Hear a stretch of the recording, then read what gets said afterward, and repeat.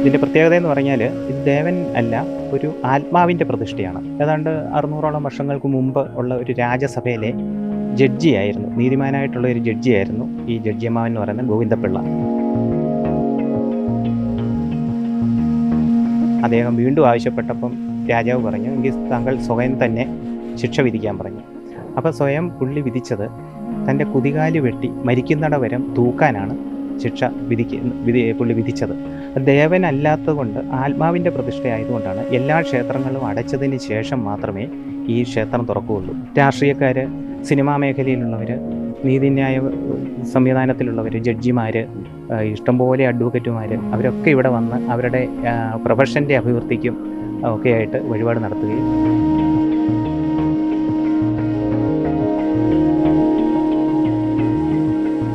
നമസ്കാരം. പുരാതനമായ ചെറുവള്ളി ശ്രീ ദേവി ക്ഷേത്രത്തിൻ്റെ പ്രധാനപ്പെട്ട ഉപദേവാലയമാണ് ജഡ്ജി അമ്മാവൻ കോവിൽ. നീതിമാനായ ഒരു ജഡ്ജി, അദ്ദേഹത്തിൻ്റെ പ്രതിഷ്ഠ എന്നൊരു സങ്കല്പത്തിലാണ് ജഡ്ജി അമ്മാവൻ കോവിൽ അറിയപ്പെടുന്നത്. കോടതി വ്യവഹാരങ്ങളിൽപ്പെട്ട ആളുകളാണ് പ്രധാനമായും ഇവിടെ എത്തുന്നത്. നീതിയുടെ ഭാഗത്ത് അവർക്ക് കൃത്യമായി ഫലമുണ്ടാകുന്നു, അനുകൂലമായ വിധികൾ ഉണ്ടാകുന്നു എന്നൊക്കെയാണ് വിശ്വാസമുള്ളത്. നിരവധി പ്രമുഖരായ ആളുകൾ ഇവിടെ ക്ഷേത്രത്തിൽ എത്തുകയും ജഡ്ജി അമ്മാവൻ കോവിലിന് പ്രത്യേകമായി വഴിപാട് നടത്തുകയും ചെയ്തിട്ടുണ്ട്. കോട്ടയം ജില്ലയിലെ പൊൻകുന്നം ചെറുവള്ളിയിലാണ് ചെറുവള്ളി ദേവി ക്ഷേത്രത്തിൻ്റെ അതിനോട് ചേർന്ന് തന്നെ ഈ ക്ഷേത്രം ജഡ്ജി അമ്മാവൻ കോവിൽ സ്ഥിതി ചെയ്യുന്നത്. 1500-ലധികം വർഷത്തിലധികം പഴക്കമുള്ള ഒരു ക്ഷേത്രം കൂടിയാണ് ചെറുവള്ളി ക്ഷേത്രം. ആ ക്ഷേത്രത്തെപ്പറ്റിയും ജഡ്ജി അമ്മാവൻ കോവിലിൻ്റെ സവിശേഷതകളെപ്പറ്റിയും ക്ഷേത്ര ഉപദേശക സമിതി അംഗമായ ജയചന്ദ്രൻ അദ്ദേഹം നമ്മളോട് വിവരിക്കും. ക്ഷേത്ര ഉപദേശക സമിതി അംഗമായ ജയചന്ദ്രൻ ചേട്ടനാണ് നമുക്കൊപ്പം ഉള്ളത്. എന്താണ് ഈ ക്ഷേത്രത്തിൻ്റെ സവിശേഷതകളൊക്കെ? ഇത് ചിരപുരാതനമായ പ്രസിദ്ധമായ ശ്രീ ചെറുവള്ളി ദേവി ക്ഷേത്രമാണ്. തിരുവിതാംകൂർ ദേവസ്വം ബോർഡിൻ്റെ മേജർ ശ്രീ ചെറുവള്ളി ദേവി ക്ഷേത്രം. ഇത് നൂറ്റാണ്ടുകളുടെ അധികം പഴക്കമുള്ളതാണ്. ഭദ്രകാളിയാണ് ഇവിടുത്തെ പ്രതിഷ്ഠ. ഭദ്രകാളിയാണെങ്കിലും ശാന്തസ്വരൂപിണിയായ ദേവിയാണ്. അതായത് ദാരിക നിഗ്രഹം കഴിഞ്ഞ് ഉഗ്രകോപത്തോടെ വരുമ്പോൾ മഹാദേവൻ്റെ അടുത്ത് ദേവന്മാർ നിർദ്ദേശിച്ചതനുസരിച്ച് ദേവിയുടെ കോപം ശമിപ്പിക്കുകയും അത് കഴിഞ്ഞ് ശാന്തസ്വരൂപിണിയായിട്ട് 21 തോഴിമാരുമായിട്ട് ഇരിക്കുന്ന ആ ഭാവത്തിലുള്ള അനുഗ്രഹദായിനിയായ ഒരു ദേവിയാണ് ഇത് ചെറുവള്ളി ദേവീക്ഷേത്രം. കോട്ടയം ജില്ലയിൽ കാഞ്ഞിരപ്പള്ളി താലൂക്കിൽ ചിറകട പഞ്ചായത്തിൽ ചെറുവള്ളിയിൽ സ്ഥിതി ചെയ്യുന്ന ഇവിടെ അതിപുരാതനമായ ക്ഷേത്രമാണ്. ക്ഷേത്രത്തിൻ്റെ കാലപ്പഴക്കം നിർണ്ണയിക്കപ്പെട്ടിട്ടില്ല. എങ്കിലും ക്ഷേത്ര പുനരുദ്ധാരണത്തോടനുബന്ധിച്ച് സ്ഥപതികൾ, അതായത് തച്ചന്മാർ വന്ന് പരിശോധിച്ചപ്പം ഈ ക്ഷേത്രത്തിൻ്റെ കൽക്കെട്ടുകളുടെ നിർമ്മിതിയുടെ ശൈലി വെച്ച് ഏതാണ്ട് 1500 വർഷത്തിലധികം പഴക്കം ഉണ്ടെന്ന് കരുതപ്പെടുന്നു ഈ ക്ഷേത്രത്തിന്. എന്താണ് പ്രധാനപ്പെട്ട ഇവിടുത്തെ സവിശേഷതകൾ? പ്രധാനമായിട്ടും കേരളത്തിൽ അങ്ങോളം ഇങ്ങോളമുള്ള മലയാളികളുടെയൊക്കെ ധർമ്മദൈവം, കുടുംബദൈവമാണ് ദേവിയ. അതുകൊണ്ട് 120-ലധികം ചെറുവള്ളിക്കാവ് ദേവീക്ഷേത്രങ്ങളുണ്ട്. ആ ക്ഷേത്രങ്ങളുടെ എല്ലാം മൂലസ്ഥാനമാണ് ഈ ചെറുവള്ളി ദേവീക്ഷേത്രം. അങ്ങേറ്റം കർണാടകത്തിലും തമിഴ്നാട്ടിലും വരെ ഇവിടുന്ന് പോയിരിക്കുന്നവർ അവിടെ ദേവിയെ പ്രതിഷ്ഠിച്ച് പ്രാർത്ഥിക്കുന്നുണ്ട്. അങ്ങനെ ചെറുവള്ളിക്കാവ് ക്ഷേത്രങ്ങളുടെ എല്ലാം ഒരു മൂലസ്ഥാനമാണ് ഈ ചെറുവള്ളി ദേവീക്ഷേത്രം. ഇവിടെ ദാരുശില്പമാണ്. അതിൻ്റെ കാലപ്പഴക്കം ഒന്നും അറിയാൻ പറ്റത്തില്ല, അത്ര പുരാതനമായ ഒരാൾ പൊക്കമുള്ള ദാരുശില്പം.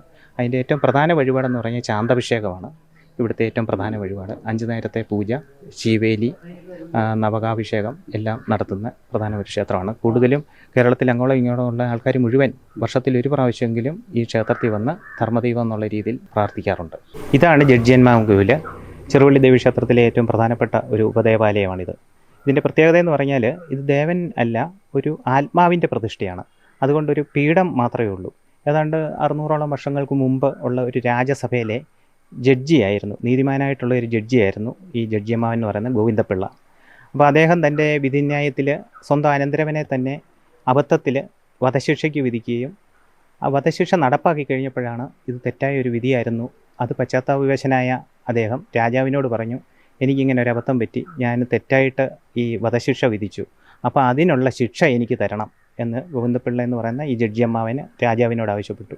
പക്ഷേ നീതിമാനായിട്ടുള്ള ജഡ്ജി ആയിരുന്നതുകൊണ്ട് രാജാവ് അത് വേണ്ട എന്ന് പറയുകയും ഇപ്രാവശ്യത്തിന് ക്ഷമിച്ച് അങ്ങ് പോകാമെന്ന് പറയും. പക്ഷേ പശ്ചാത്താപം കാരണം അദ്ദേഹത്തിന് ശിക്ഷ ഏറ്റുവാങ്ങാതിരിക്കാൻ പറ്റാത്ത അവസ്ഥയിൽ അദ്ദേഹം വീണ്ടും ആവശ്യപ്പെട്ടപ്പം രാജാവ് പറഞ്ഞു, എങ്കിൽ താങ്കൾ സ്വയം തന്നെ ശിക്ഷ വിധിക്കാൻ പറഞ്ഞു. അപ്പോൾ സ്വയം പുള്ളി വിധിച്ചത് തൻ്റെ കുതികാല് വെട്ടി മരിക്കുന്നിട വരെ തൂക്കാനാണ് ശിക്ഷ പുള്ളി വിധിച്ചത്.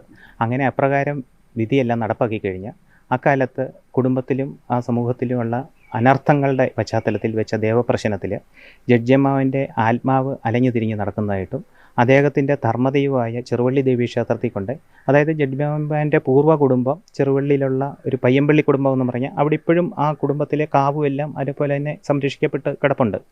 അതായത് 100-100 വർഷങ്ങൾക്കൊക്കെ മുമ്പാണ് അവിടെ കൊണ്ട് ഇരുത്തണമെന്ന് പറഞ്ഞതിൻ്റെ അടിസ്ഥാനത്തിൽ ആ ആത്മാവിനെ ആവാഹിച്ച് ഈ ക്ഷേത്രത്തിൽ ഒരു ക്ഷേത്രം പണിത് ഇവിടെ ഇരുത്തുകയാണ് ചെയ്തിട്ടുള്ളത്. ദേവനല്ലാത്തത് കൊണ്ട് ആത്മാവിൻ്റെ പ്രതിഷ്ഠ ആയതുകൊണ്ടാണ് എല്ലാ ക്ഷേത്രങ്ങളും അടച്ചതിന് ശേഷം മാത്രമേ ഈ ക്ഷേത്രം തുറക്കുകയുള്ളൂ. അതായത് സാധാരണ ദിവസങ്ങളിൽ ദേവീക്ഷേത്രത്തിലെ അത്താഴപൂജ കഴിഞ്ഞ് ശീവേലിയോടുകൂടി 8 മണിക്ക് നട അടച്ചതിന് ശേഷം ഈ ജഡ്ജിയമ്മാവൻ്റെ നട തുറക്കുകയും പൂജകൾ നടത്തുകയും, അതിൽ ചൊവ്വ, വെള്ളി, ഞായർ ദിവസങ്ങളിൽ ദേവീക്ഷേത്രത്തിൻ്റെ പ്രധാന ക്ഷേത്രം അടച്ചു കഴിയുമ്പോൾ താഴേക്കാവിൽ കൊടുങ്കാളി യക്ഷി അവിടെ പൂജയുണ്ട്, ഗുരുതിയൊക്കെ ഉണ്ട്. ആ ഗുരുതിക്ക് ശേഷം ഒരു 8:30-8:45 ഇവിടെ ക്ഷേത്രം തുറക്കാനായിട്ട്. അത് കഴിഞ്ഞാണ് ഈ ക്ഷേത്രത്തിലെ പൂജകൾ ഇവിടെ നടക്കുന്നത്. ഇവിടെ ധാരാളം ഈ കേസുമായിട്ട് ബന്ധപ്പെട്ട് പല പ്രശ്നങ്ങളിൽ പെട്ടിരിക്കുന്നവർ, അതുപോലെ ഉദ്യോഗലബ്ധിക്ക്, വിദ്യാലാഭത്തിന്, അതുപോലുള്ള കാര്യങ്ങൾക്കായിട്ടൊക്കെ പ്രധാനമായിട്ടും കേസിൽ പെട്ട് ഉഴലുന്നവരാണ് ഇവിടെ എത്തുന്നത്. പലരും വന്ന് ഇവിടെ വഴിപാട് നടത്തി, ചെറിയ തുകയുടെ ചിലവേ ഉള്ളൂ, വഴിപാട് നടത്തി ആ കേസിൽ വിജയം നേടിയതായിട്ടും വീണ്ടും വന്ന് അതിൻ്റെ നന്ദിസൂചകമായിട്ട് വഴിപാട് ദേവിക്കും നടത്തി ജഡ്ജിയമ്മാവനും നടത്തുന്നത്. അപ്പോൾ അതിൻ്റെ അകത്ത് ദേവീക്ഷേത്രത്തിൽ വഴിപാട് നടത്തി അവിടുത്തെ പൂജകളിലെല്ലാം പങ്കെടുത്ത് പ്രാർത്ഥിച്ചതിന് ശേഷമാണ് ജഡ്ജിയമ്മാവന് വഴിപാട് നടത്തേണ്ടത്. അടനിവേദ്യമാണ് ഇവിടെ വഴിപാട്. അതായത് 1 ലിറ്ററിന് അവരുടെ ക്വാണ്ടിറ്റി രേഖപ്പെടുത്തുന്ന 1 ലിറ്റർ കണക്കാണ്. 1 ലിറ്ററിന് 220 രൂപയാണ് നിലവിലത്തെ ചാർജ്.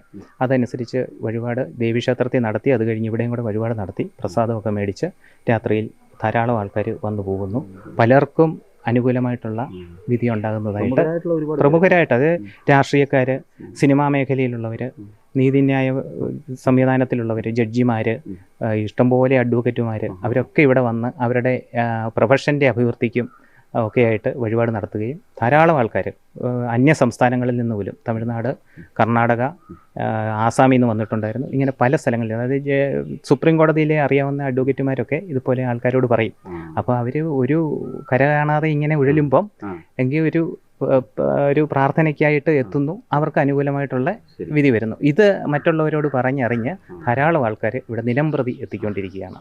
ഈ വരുന്ന ആളുകളെ പറ്റിയുള്ള വിവരങ്ങളൊക്കെ നിങ്ങൾ ഒരു പക്ഷേ രഹസ്യമായിട്ട് തന്നെ സൂക്ഷിക്കേണ്ടി വരുന്നു അല്ലേ?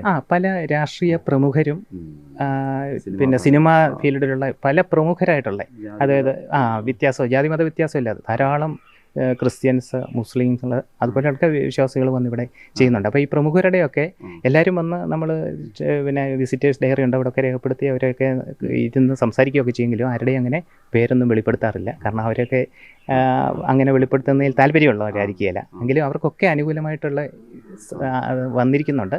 അതനുസരിച്ച് ആ മേഖലയിൽ നിന്ന് എല്ലാവരും വന്നുകൊണ്ടിരിക്കുന്നു. പ്രതിഷ്ഠ എന്താണ് ജഡ്ജിയമ്മാവൻ്റെ? ഇത് ഒരാത്മാവിൻ്റെ പ്രതിഷ്ഠയാണ്ട്, പ്രത്യേകമുള്ള രൂപത്തിലുള്ള ഒരു പ്രതിഷ്ഠയല്ല, ഒരു പീഠം മാത്രമേ ഉള്ളൂ. ആ പീഠത്തിലാണ് പൂജകൾ നടത്തുന്നത്, വിളക്ക് തെളിയിച്ച് പൂജകൾ നടത്തുന്നത്. അവിടുത്തെ സാധാരണ രീതിയിലുള്ള പൂജകളെല്ലാം കഴിഞ്ഞാൽ ഉടനെ ഓരോരുത്തരുടെ പേരും നാളും പറഞ്ഞ് അവർ കൊടുത്തിരിക്കുന്നത്, അവിടെ കേസിൽപ്പെട്ടവർ അവരുടെ കേസ് നമ്പർ എഴുതി കൊടുക്കാറുണ്ട്. ചിലർ കോടതിയിലെ ഫയലുകൾ കൊണ്ടുവന്ന് പൂജിക്കാറുണ്ട്. അങ്ങനെ വിശ്വാസം അനുസരിച്ച് അതിൻ്റെ അകത്ത് വിശ്വാസത്തോടെ ചെയ്തു കഴിഞ്ഞാൽ ഫലം കാണുന്നതായിട്ടാണ് ഇതുവരെയുള്ള അനുഭവങ്ങൾ. ഒരുപാട് ആളുകൾ വരുന്നത്, അപ്പോൾ അവരൊക്കെ ഈ വഴിയൊക്കെ അറിയാതെ എങ്ങനെ അത് എങ്ങനെ നിങ്ങളെ കോൺടാക്ട് ഒക്കെ ചെയ്യുന്നത്? അതെ, ഇവർ ഇവിടെ എത്താനായിട്ട് പ്രധാനമായിട്ട് ഇത് കോട്ടയം ജില്ലയിലെ പിന്നെ പൊൻകുന്നം എന്ന് പറയുക, കാഞ്ഞിരപ്പള്ളി താലൂക്കിൽ പൊൻകുന്നത്തൂടെ കടന്നു പോകുന്ന പുനലൂർ മൂവാറ്റുപുഴ സ്റ്റേറ്റ് ഹൈവേയുടെ അടുത്ത് തന്നെയാണ് ഈ ക്ഷേത്രം. പൊൻകുന്നത്ത് എത്തിക്കഴിഞ്ഞാൽ പൊൻകുന്നത്തു നിന്ന് 7 കിലോമീറ്റർ ഈ സ്റ്റേറ്റ് ഹൈവേയോട് ചേർന്ന് തന്നെ ക്ഷേത്ര ഗോപുരമുണ്ട്. അതിൻ്റെ അകത്തൂടെ വന്നാൽ മതി. പത്തനംതിട്ടയിൽ 35 കിലോമീറ്റർ, കോട്ടയത്തു നിന്ന് വന്നാൽ പൊൻകുന്നത്ത് വരാം, അല്ലെ എറണാകുളത്തു നിന്നാണെങ്കിൽ പാലാ വഴി പൊൻകുന്നത്ത് വരാം. പൊൻകുന്നത്ത് വന്നു കഴിഞ്ഞാൽ ചെറുവള്ളി ദേവീക്ഷേത്രം വഴി പോകുന്ന ധാരാളം ബസ്സുകളുണ്ട്, അവിടുന്ന് ഇവിടെ സുഖമായിട്ട് എത്തിച്ചേരാം.